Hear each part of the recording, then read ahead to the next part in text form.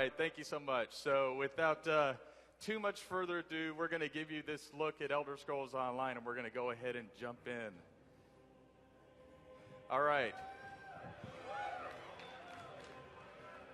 So this is the first thing you will see when you get into the game is character creation. And Nick is going to take you through this a little bit. One of the first choices you'll make in a game that's all about choices is which alliance do you want to join? Because it is time of war right now. And the time of war is all about you fighting a battle with your friends, against people you don't know, all over the game. And now we're going to let Nick kind of show you. And hopefully I'll do a little less talking as this goes through, and you get to see more.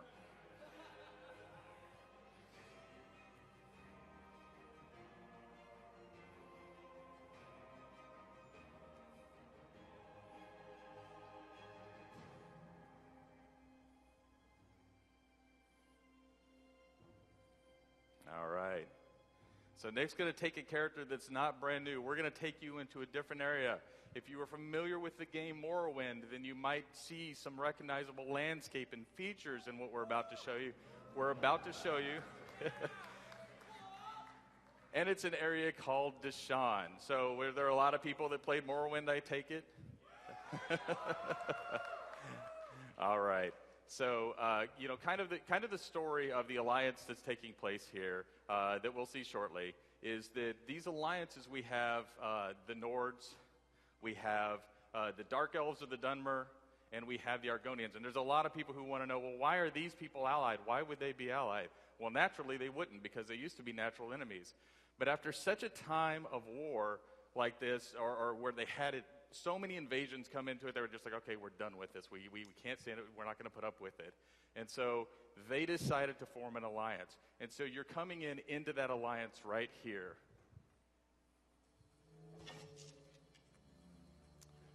Okay, one of the first things you may notice is that Nick is playing in first-person mode. So really important is to get in that first-person mode. Nick can also play in third person. I promise you that third person's good. If you want that situational awareness in PvP, it's great.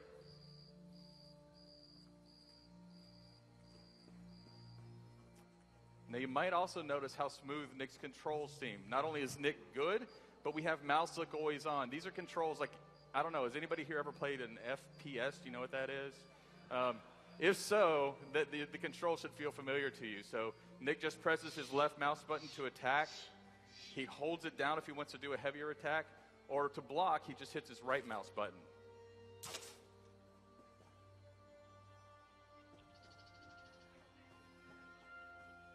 Now, Nick is also looking around the world. If you notice in the top center, Nick has a compass. And that compass gives him what we call points of interest, right? And what that is, if you see that he's looking at a way shrine right now, he can turn around and he can look at different things. We want this to be a game of exploration, a game where you can play any way you want to play. If you see something over in the horizon that you want to go do, you should go do that.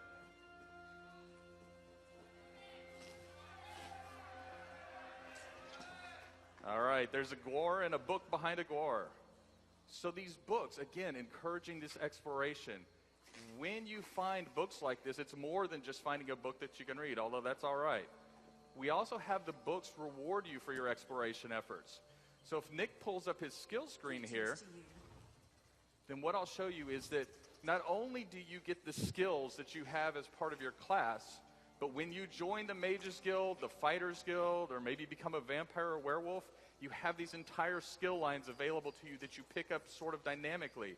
So on the right-hand side, what you're seeing is an entire skill line for the Mages Guild. On the left, you see all of the different skill lines Nick's acquired. And you can see that class, if Nick clicks on class, you have 3 different skill lines. And now what you're seeing is what we call a morph choice. So as you kind of use a skill over and over, you gain in strength with that skill. And then Nick has made a choice so you can actually take and make that skill kind of behave the way you want it to behave. And so that's just rewarding that growth again. Need to lighten your load. Justice knows no sleep. Neither does profit. When there's trouble, prices go up. That's why I'm here. Indeed, it is fully voiced. The TC pays me well to make sure there's no trouble. So do me a favor and don't start any.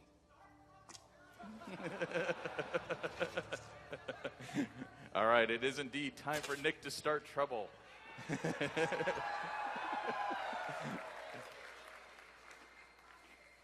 All right, Nick. So that was a little look at Deshaun. We're going to take you to another area in Morrowind, and this area is called Stone Falls. Now, what you'll notice is Nick is teleporting pretty easily here. So we think that world exploration is a huge part of the game, but not only is world exploration a part, but we want you to be able to get to where you've been quickly. So we've developed a waypoint system, or way shrines, that allow you to travel to each of the way shrines in the game that you've already discovered.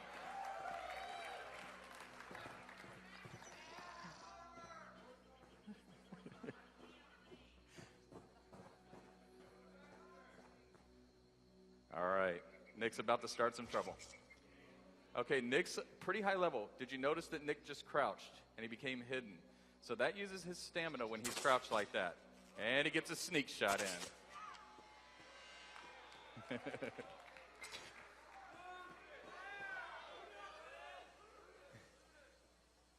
And maybe you noticed that Nick changed his weapons with just the press of a button there and went to dual wield.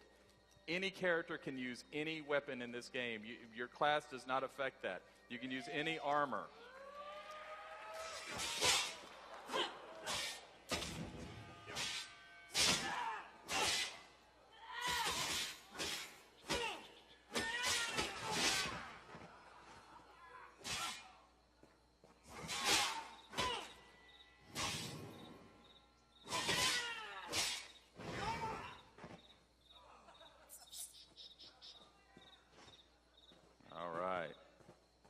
Let's see if Nick can find anything else new and interesting.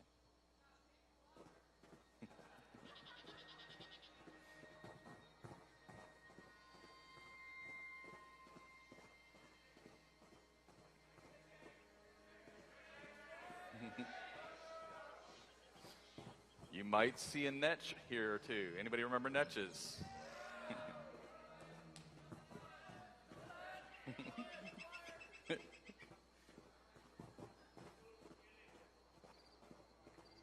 There will be plenty of killing later. We talked about discovery being a part of the game. When you discover new things, you get experience for that. You raise in power for your character.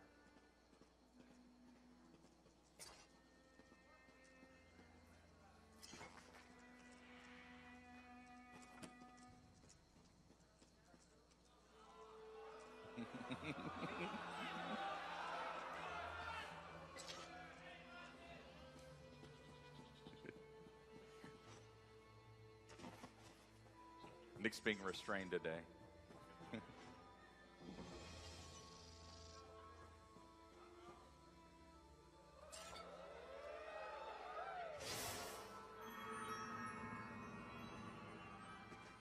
All right, and that's what we call a Mundus stone. So again, looking around the world, you'll find lots of different things. And in this case, he found something that'll give him a power that he'll keep for a long time.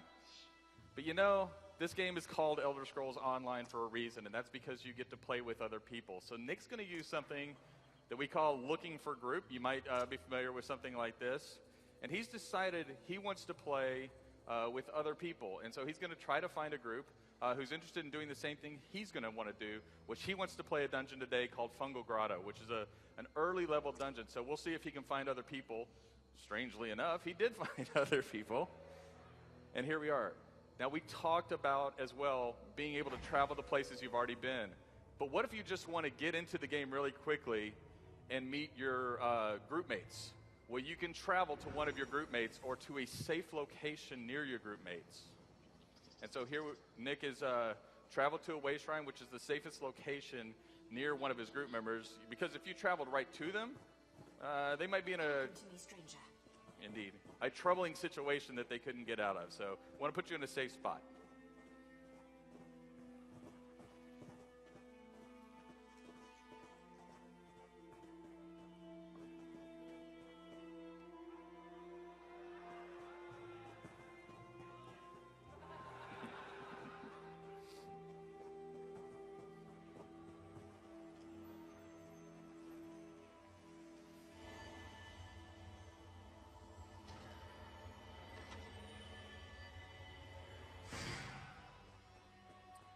right, and Nick found a sky shard. If you collect 3 sky shards, you get a skill point. And if you get a skill point, you get to buy a new ability or morph an ability. All right, dungeon time?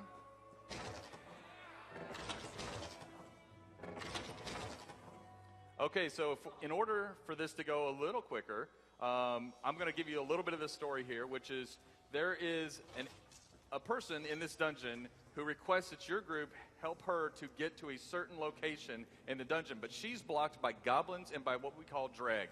And so she suggested that there might be a way to kill goblins and recruit them to help you get to that location.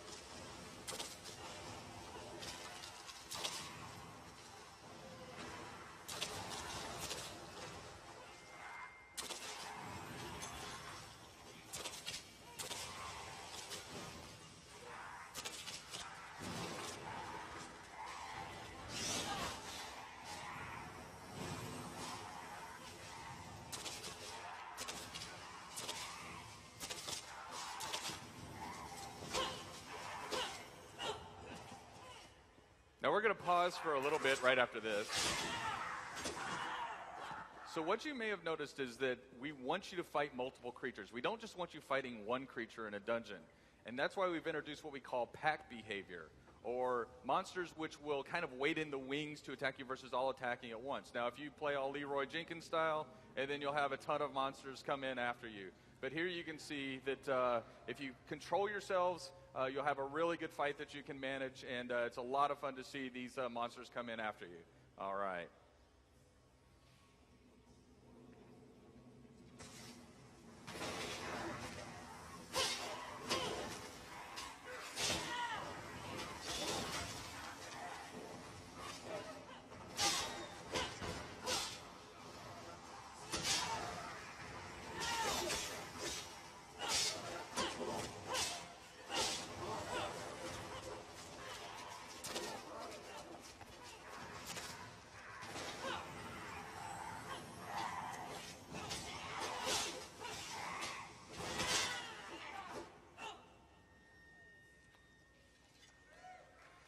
I think the team did all right with that one. All right, and that loot is instanced to Nick, so you don't have to fight over loot when you get loot.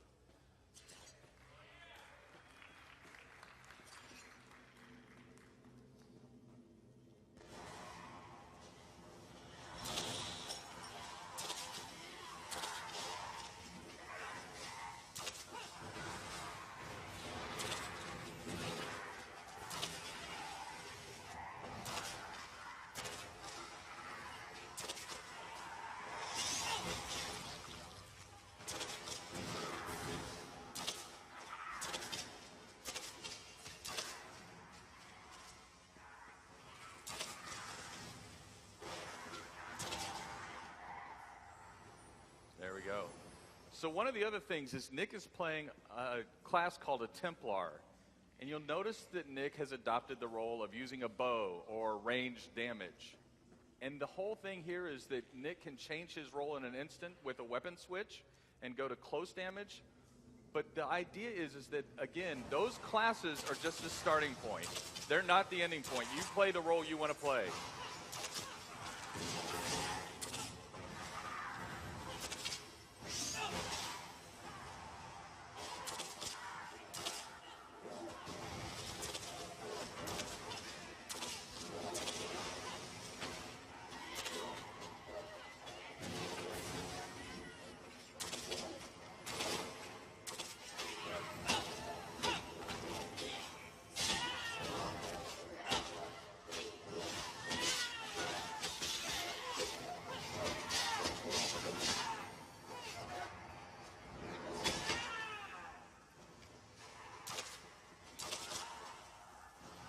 Now what you'll see is we have NPCs that are working together. We have healers in the background healing themselves. So these monsters really work together. If you see blue oil get spilled on the ground, that's an NPC spilling that blue oil. Another NPC can come up and light that on fire. And there we have some of that blue oil. So again, these monsters really work together against your party.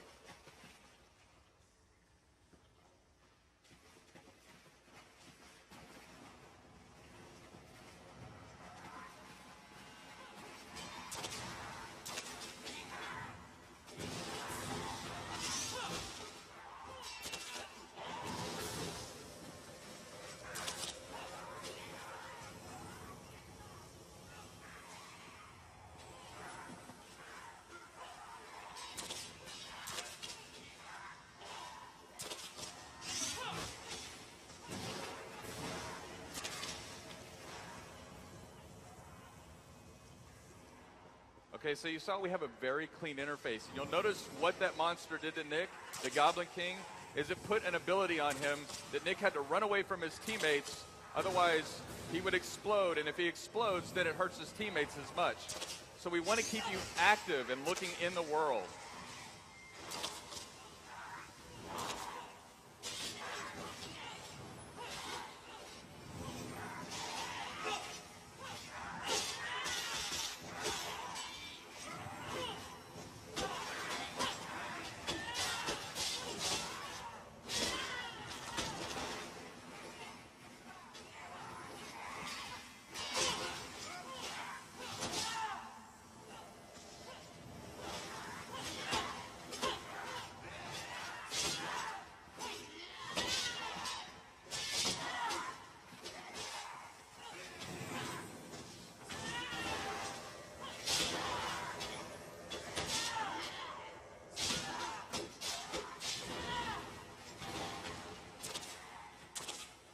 Got a healer down. All right, but the group was able to do it. All right, so Plugi, who died, thankfully can come back. And so we have what we call soul gems in the game. And if you know soul gems, with us, this means you can actually resurrect your allies. So you can choose to do it, or if you have a soul gem and you die, you can resurrect on the spot. If you don't have a soul gem, then you can go back to the earlier start of the dungeon. But every time you die, there will be a penalty and your armor will degrade.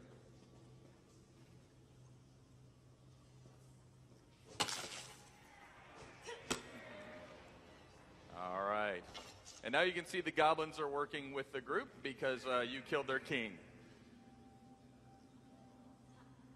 All right. Goblins are pretty easy to win over like that.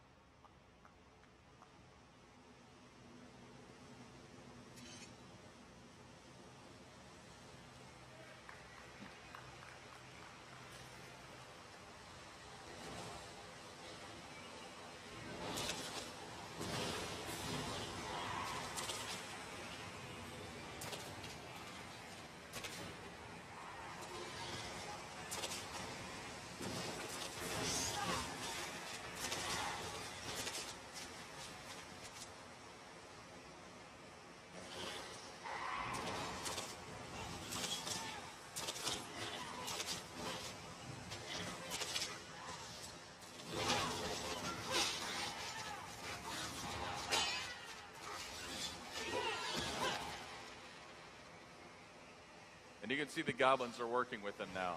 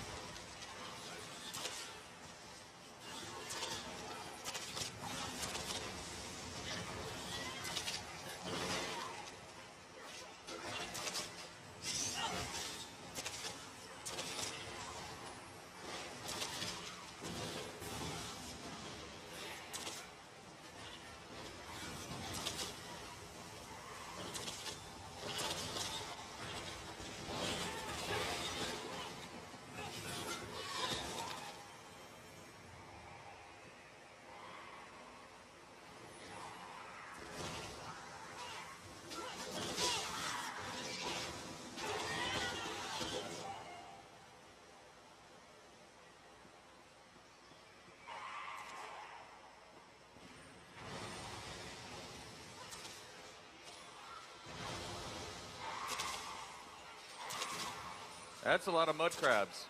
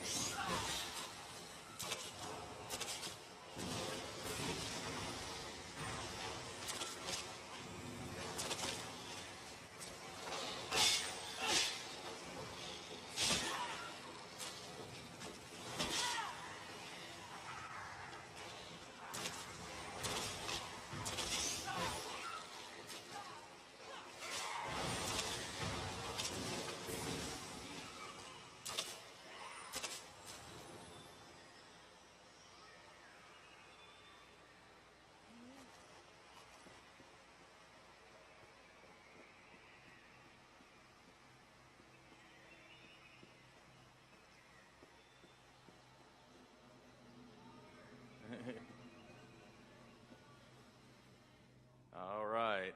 And there we go. And that was just a taste of Elder Scrolls Online.